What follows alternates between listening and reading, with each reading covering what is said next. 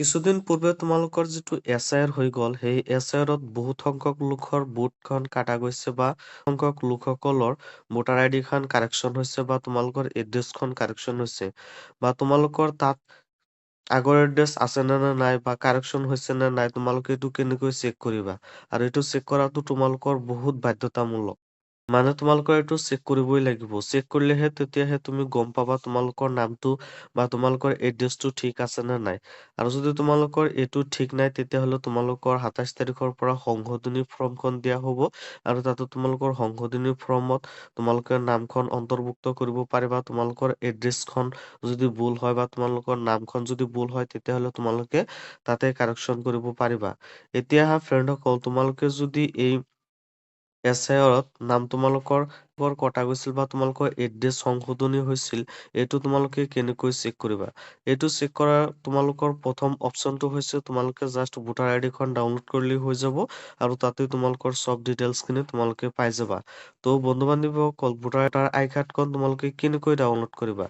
এইটো ডাউনলোড কৰাৰ কাৰণে তোমালোকে প্ৰথমতে গুগল বা ক্ৰমত যাই চাৰ্চ মাৰিবা তোমালোকে ভোটাৰ ID ডাউনলোড।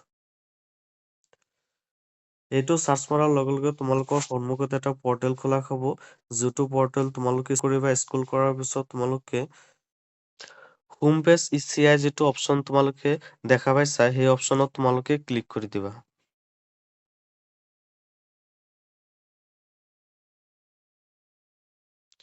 ইয়াতে ক্লিক কৰি দিয়াৰ লগে লগে তোমালোকৰ সন্মুখত এটা পৰ্টেল খোলা হ'ব। তোমালোকৰ ইয়াতে লোডিং লৈ আছে। যেনেকুৱা তোমালোকৰ ইয়াতে পৰ্টেলটো খোলা গৈছে, য'ত তোমালোকৰ বহুত কেইটা অপচন লিখা আছে। যেনেকুৱা তোমালোকৰ লিখা আছে ইয়াতে চাব পাৰিবা স্পেচিয়েল ইন্টেনচিভ ৰিভিজন SIR 2026 মানে তোমালোকৰ যিটো SIR হৈ গ'ল সেইটোৰ তোমালোকৰ লিষ্ট আহিছে। এইটোৰ বিষয়ে তোমালোকক পিছত আলোচনা কৰিম। এতিয়া তোমালোকৰ যিটো ইয়াতে ইপিক ডাউনলোড বুলি লিখা আছে তাতে তোমালোকে ক্লিক কৰি লৈ ল'বা। ইয়াতে তোমালোকে ক্লিক কৰি তোমালোকৰ ভোটাৰ ID খন তোমালোকে ডাউনলোড কৰিব পাৰিবা। যদি তুমি নতুন হোৱা তেতিয়াহ'লে চাইন আপ কৰি ল'বা আৰু যদি তোমালোকৰ আগৰ পৰাই নম্বৰ আছে তেতিয়াহ'লে তুমি ইয়াতে লগইন কৰি লৈ ল'বা।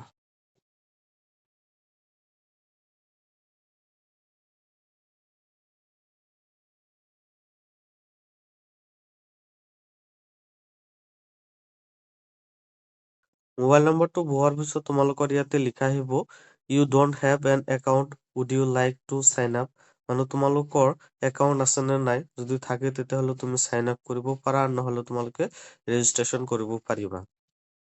যিহেতু ইয়াতে আমাৰ কোনো ধৰণৰ একাউণ্ট নাই সেয়েহে আমি ইয়াতে নো মাৰি দিম।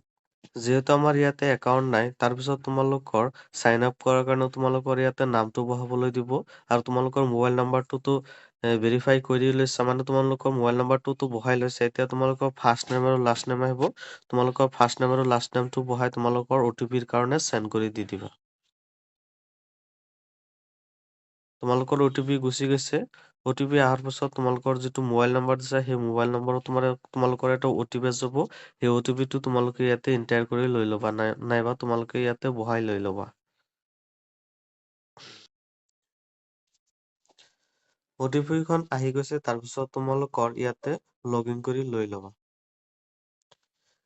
ইয়াতে তোমালোকৰ লগইন হৈ গৈছে লগইন হোৱাৰ পিছত তোমালোকৰ সন্মুখত ইণ্টাৰভিউৰ ভোটাৰ ID বা ইপিক নাম্বাৰ যিটো তোমালোকৰ আমি যদি বুজিবলৈ অক্ষমতা হওঁ তেতিয়াহ'লে তোমালোকৰ যিটো ভোটাৰ ID কাৰ্ডত নাম্বাৰ আছে যেনেকুৱা তোমালোকৰ MSR তাৰপিছত EHZ তোমালোকৰ এনেকুৱা যিটো নাম্বাৰ আছে সেই নাম্বাৰটো তোমালোকৰ ভোটাৰ ID বা ইপিক নাম্বাৰ বুলি এটা নাম্বাৰ লিখা আছে সেই নাম্বাৰটো তোমালোকে ইয়াতে বহাই ল'বা নহ'লে তোমালোকৰ যদি মোবাইল নাম্বাৰ ৰেজিষ্টাৰ কৰা থাকে আগতে তেতিয়াহ'লে অট'মেটিকলি তোমালোকৰ ইয়াতে ইপিক নাম্বাৰটো তোমালোকৰ ইয়াতে বহি যাব। আৰু নহ'লে তোমালোকে ইয়াতে যেতিয়া চাইন আপ কৰি লৈ ল'বা তাৰপিছত চাইন আপ কৰাৰ লগে লগে তোমালোকৰ এইটো ইপিক নাম্বাৰটো অট'মেটিকলি বহি যাব তাৰপিছত তোমালোকৰ ষ্টেটটো চিলেক্ট কৰিবলৈ দিছে ইয়াতে তোমালোকৰ ষ্টেটটো চিলেক্ট কৰি লৈ ল'বা তাৰপিছত ফেটছ ডিটেইলছ বুলি লিখা আছে সেই ডিটেইলছখিনি তোমালোকে ইয়াতে মাৰি দিবা। ইয়াতে মাৰাৰ পিছত তোমালোকৰ সন্মুখত ডিটেইলছখিনি আহি গৈছে তাৰপিছত তোমালোকৰ মোবাইল নম্বৰত আৰু এটা OTP যাব সেই OTPটো তোমালোকে ইয়াতে বহাই লৈ ল'বা।